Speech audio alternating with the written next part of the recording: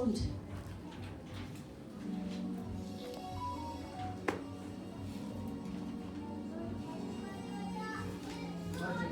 Chapter 150 verses 6.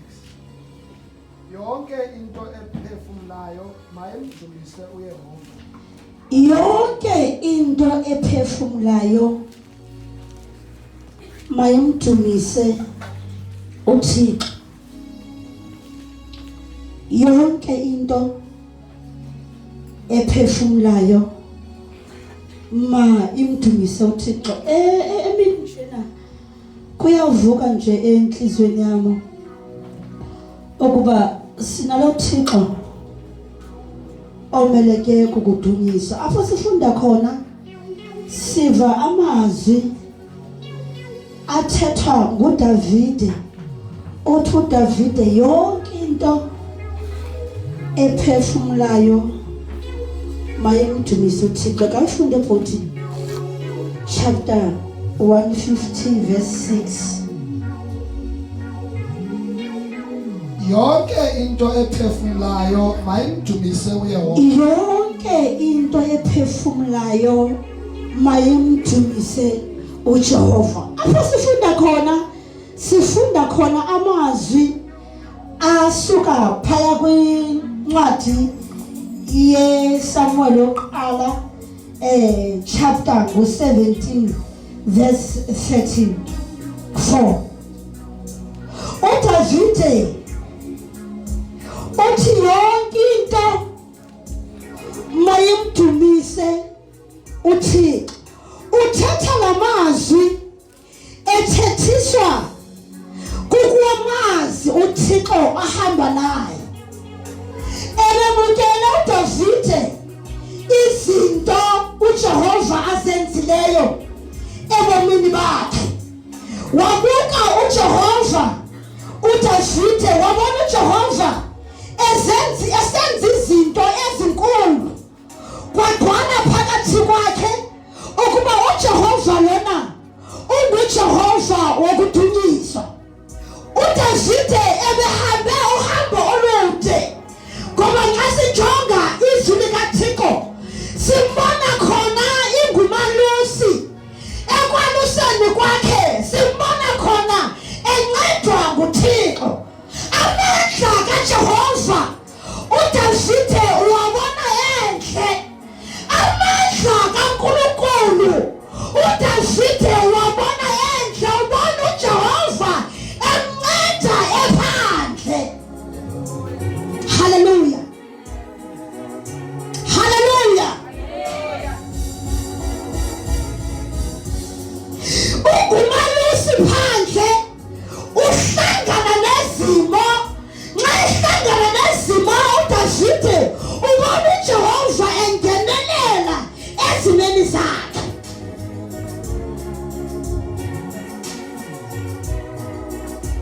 Akwazi ke ukumbonga, ungakwazi nokumdumisa nxa ungawazi amandla akhe. But uDavide uthethisa ukuba ehambe naye umango olude, wambona esenza izinto usimakade. uDavide ukhona ubungqina kulaa ndawo kuyo. That is why enamazwi okuba yonke into ephilayo mayizukise uJehova. uJowadile wabona ukuba unguThixo ofanele ukubongwa. uJowadile wafumana ukuba unguThixo ofanele ukuphakanyiswa nxa ejonga imisebenzi yakhe. Funda u-34. Incwadi kaSamuel oqala chapter 17 verses 34. Wathi uDavide kuSawule, umkhonzi wakho lo ebesalusa impahla emfitshane kayise. Kwafika ingonyama nebhere. Kwafika ingonyama nebhere ngokungcina bakhe obu uDavide. Yathabatha ixhwane emhlambini. Ndaphuma ndayilandela ndayibetha. Ndalihlangula ixhwane emlonyeni wayo. And you understand kakuhle ukuba amandla kwenza lokhu awasuki kuye kodwa asuka kuJehova. yesuka phezu kwami ndayibamba ngodevu lwayo ndayibetha ndayibulala umkhonzi wakho wayibetha ingonyama vanebhere wayibetha umkhonzi wakho ingonyama kunye nebhere lo mfilisti ungalukileyo uyakuba njengenye kuzo ke lo mfilisti longelukileyo naye andimonitawo ngokuba unzikizve izintlu zikaThixo ophilileyo ngokuba uhlukumeze abendlu kaThixo mamela apha uDavide uza nobungqina uza nabonje ubungqina ebeshiwe phandle engafakwanga yena empini ngokuba ebengajongeki ingumntu onokulwa ubekwa phandle obrada bakhe baya empini bayolwa utata wakhe uJese uthi thatha ukutya kambenjonga obhuti bakho nxa ufika kukhona indoda eme phambi kwabantu efuna indoda haleluya and usadelela uDavide nangobrada bakhe base ngoku benza imistake yokuba bamdelele ngoba abazazi izinto ahlangamezene nazo abazazi izinto esekegqithe kuzo haleluya uDavide ugcwele ubungqina efika kwabantu aboyisiweyo ababona uGoliath emkhulu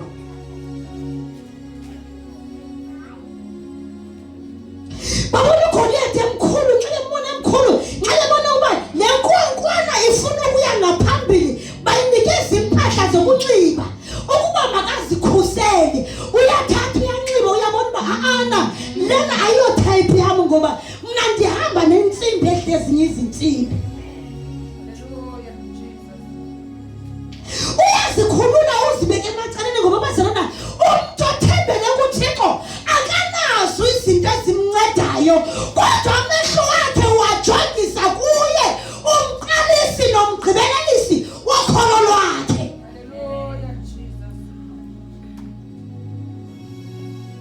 wathatha izinto wazibeka ecaleni ngokuba uwazi amandla kaJehova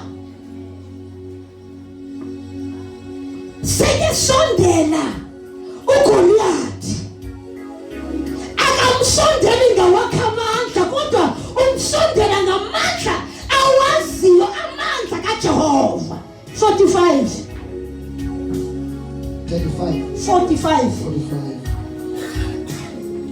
wathi uDavide kumfilisti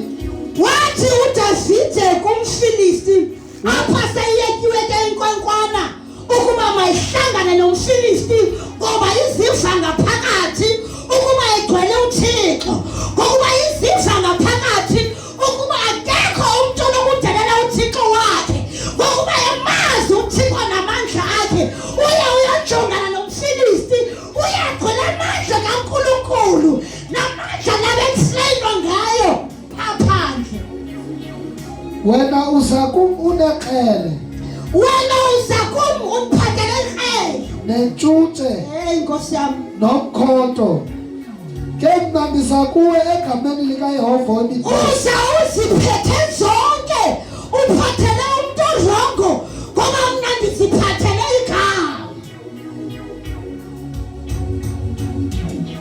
uthi uziphathele umuntu orongo ngokuba mna ndiziphathele igama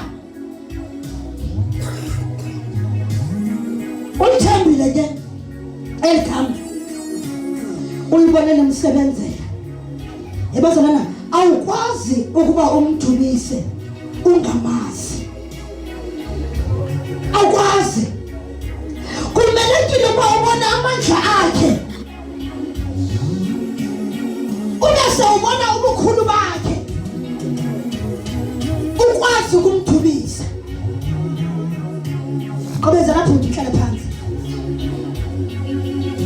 emna ndiza kuwe egameni likaYehova wemikhosi uThixo wezintlu zakwaIsrayeli omngcikivileyo Jesus namhlanje uYehova uyakukunikela esandleni sami ndikubulale ndifuna ukuzaka lento uthi namhlanje uThixo uyakunikela esandleni sami ndikubulale eyona nto emqinisekisayo kukwazana namandla kaNkulunkulu, wazi amandla kaJehova. So unesibindi ngokuba enalamandla kaJehova. Angiphela lapho nogoda.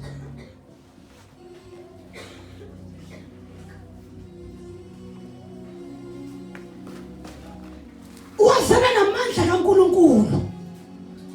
So ukhona isibindi esi ngenxa yokuba esazi lamandla. Ngoba nxa ukhwele lamandla usazi ubukhulu bale ligama likaYesu, ukhona ngamandla bazalwana sinezimpi esihlangamezana nazo. Impi esihlangamezana nazo zifuna umuntu omaziyo uJehova ukuba ungubani empilweni yakhe. Zifuna umuntu omaziyo uJesu namandla akhe. Awukwazi ukulisebenzisa elakhe igama, awukwazi ukulibona linamandla elakhe igama nxa ungawazi amandla alo. But once wayazi ukuba unguThixo onamandla kangakanani, ayikho into etwekayo. Nantoni na efeyisana nawe efika uready ngoba uwamazi ongaphakathi kwakho. Hallelujah. Uyamazi ongaphakathi kwakho, and lento kwenza bagqwala isibindi, ube nesibindi ngoba uyamazi uJesu owamukelayo. Umuntu omaziyo bazalwana uba nobungqina, ugcwala ubungqina ngaphakathi buthi ligwiba. Ubugcwala ubungqina phakathi kwakhe, agcwale phakathi ngoba wazi amandla akhe. Bazona amandla akhe asidlulise ezintweni ebesingacinga ukuba singadlula kuzo. That is why umhlabeleli athi nxa ndijonga emva ube wena bungekho ngekafele endleleni, ngoba zikhona imeko esihlangamezana nazo. Ithi nxa siphansi sijonga apho sisuka khona singabhilivi bakusuka thina. Kuthekeka umuntu omaziyo namandla akhe azokwazi ukuba abe nesibindi sokuba ahambe evangelini likaYesu. Ivangeli likaKristu lifuna umuntu ogcwele ubungqina.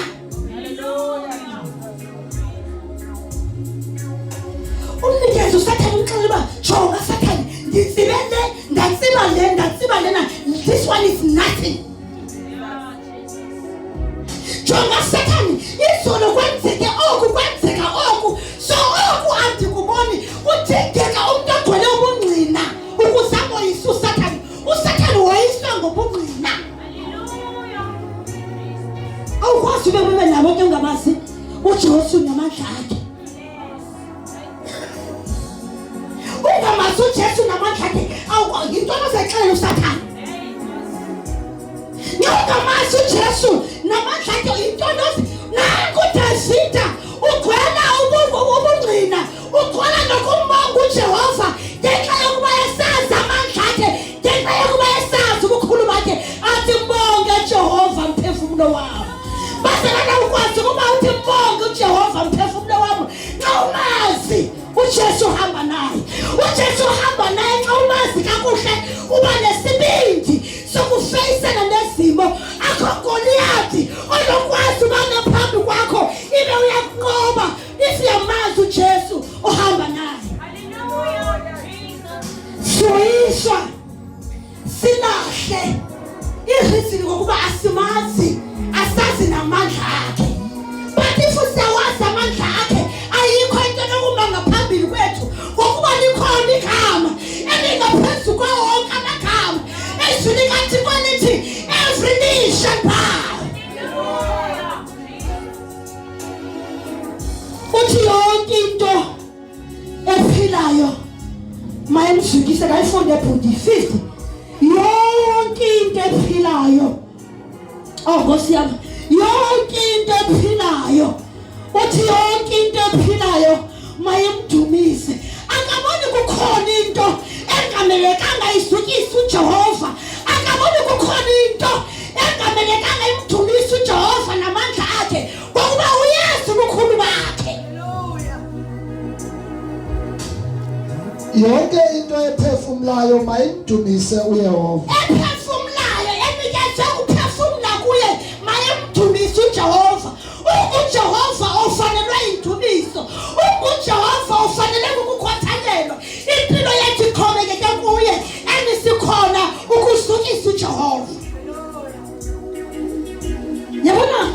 ufuna ukuyazi eyona njongo yokuba ibe sikhona sisindisiwe ukuthi sidumise yena ebusuku nasemini. Kungakho ikerubini soloko zisithi ungcwele ungcwele ungcwele ungcwele. Siyasijoyina zindlalifa ngenye imini siyotsho nathi sithi ungcwele ungcwele.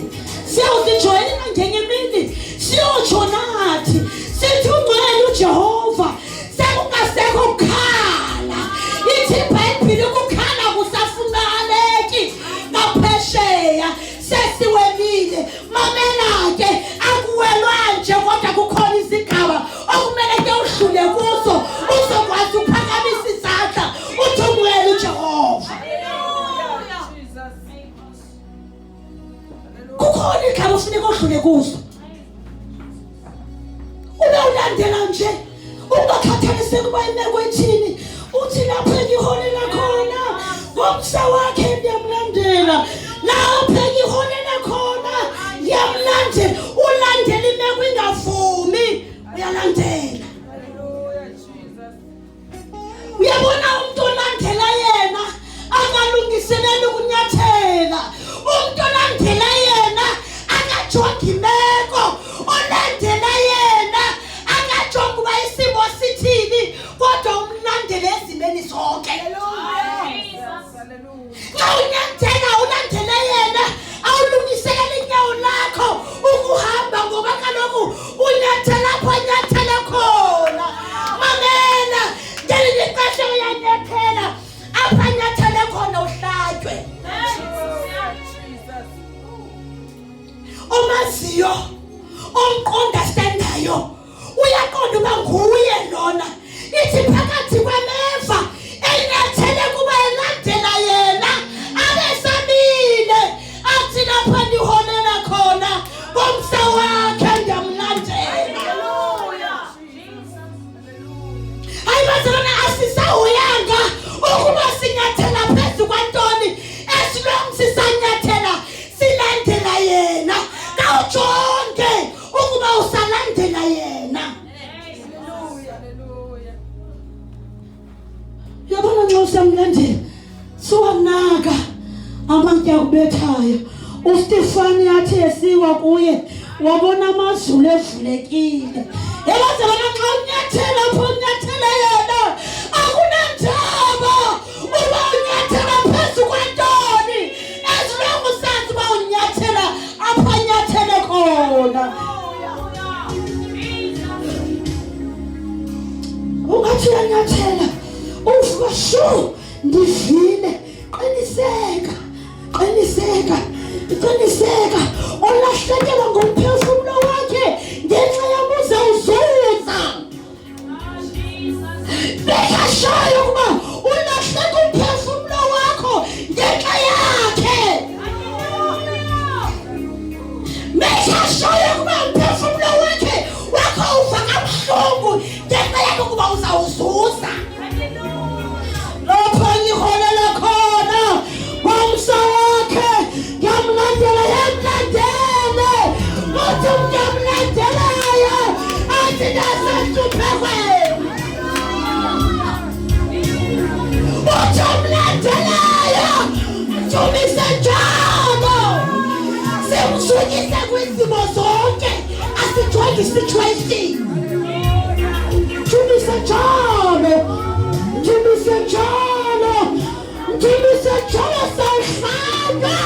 Mjumise ngokuba ufanelwe, ufanelwe, ufanelwe, ufanelwe, ufanelwe, ufanelwe kukujulisa. Yonke into ephilayo mayizukise igama lakhe. Yonke into ephefumulayo mayimzukise uJehova. Yonke into ephilayo mayiphakamise igama lakhe. UJehova ofanele kukudulisa. UJehova ofanele kukuphakanyiswa. Usuku lwakhe lukufanele shakathalabasaya. Kunamashithalabasaya. Mamela aliphelile naqatha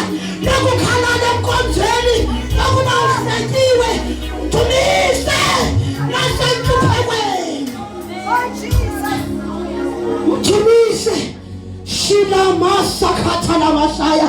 Yabazalwana liphelile laxesha elifuna ukuphathwa njengamaqanda. Kodwa owazana naye unyathela apha unyathele khona. Jesus. Hallelujah. Uthi uJesu ngenye imini shiyeka napha nithandaza. Ithi iBhayibhile umoya wakhe wawuhamba. Yabazalwana uke ube akayesu ukubani wena. Mtumise njalo nasenhluphekweni. Mtumise. Khawumtumise uJesu. Yabazalwana inyembezi zethu ziyakhonkozelwa. Manela ikhona ibhotile. Mangcwele ukhona ibhotile ephethe inyembezi zethu. Ethi iBhayibhile akusekho ukukhala khona. Shila masakata la masaya. Akusekho ukukhala. Akusekhala ngapha. Ungakhala apha. Kanti ngapha akusekho sikhalo.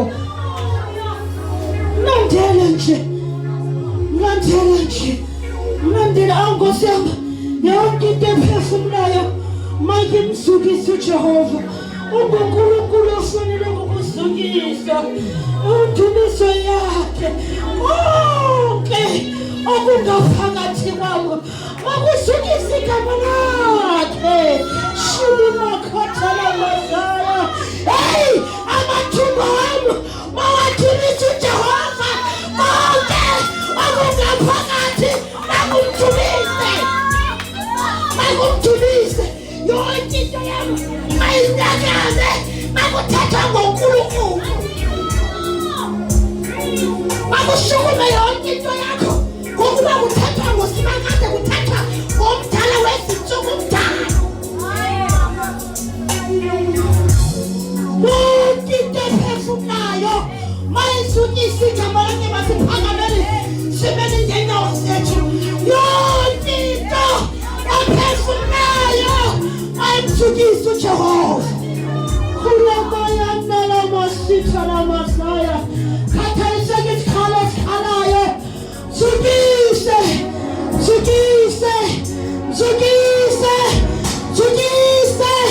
Kulamayana la masitha la masaya. Kulamayana la masitha la masaya.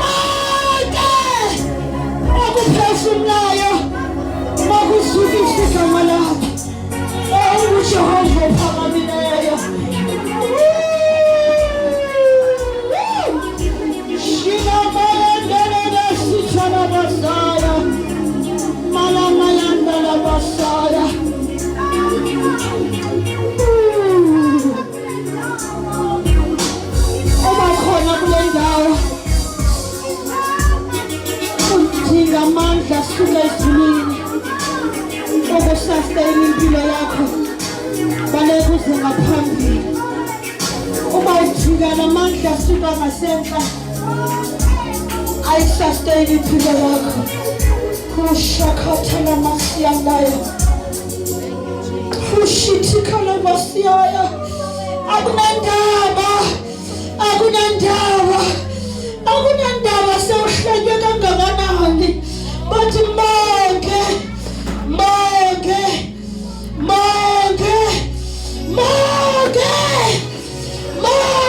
akunandaba. Monke Jehova mphefumulo wami. Hula mashita la masaya shikita la masita la masaya. Phakamisa izandla zakho. Monke Jehova, monke Jehova.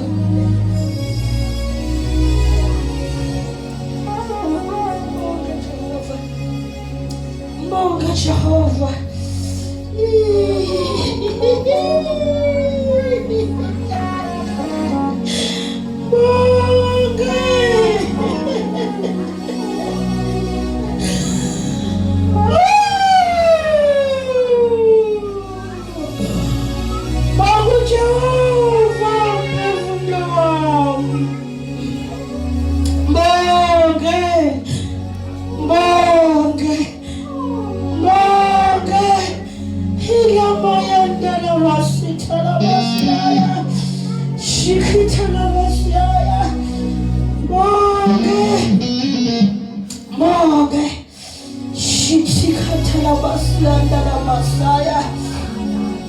Mandala washitala basaya. Mwetwale thatha indawo phezu kwempilo yakhe. Gcwala kuye.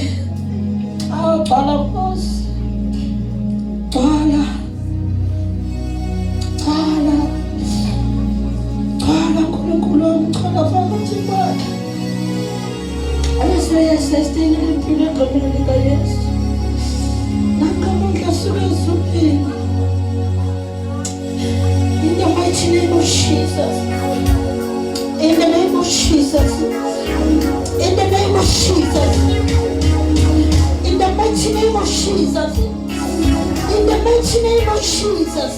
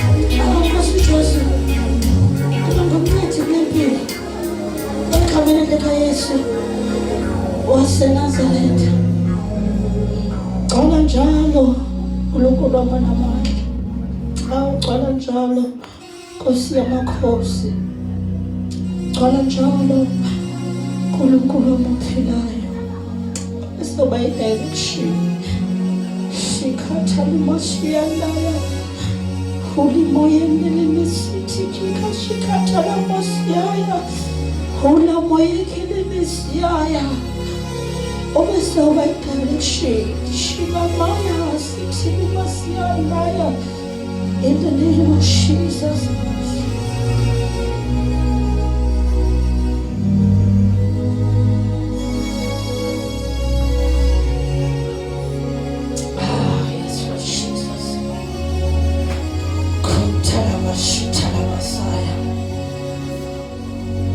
Ngumncidi ke Nkosi yami phela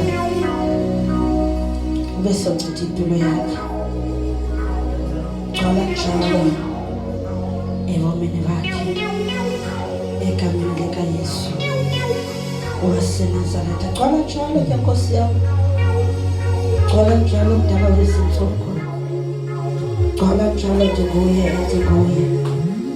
egameni likaYesu waseNazaretha Ngumncidi ke Nkosi yami ngumncidi in the mighty name of Jesus.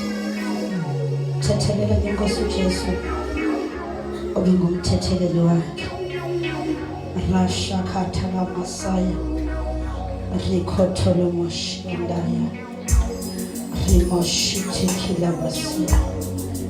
Thank you, Holy Spirit.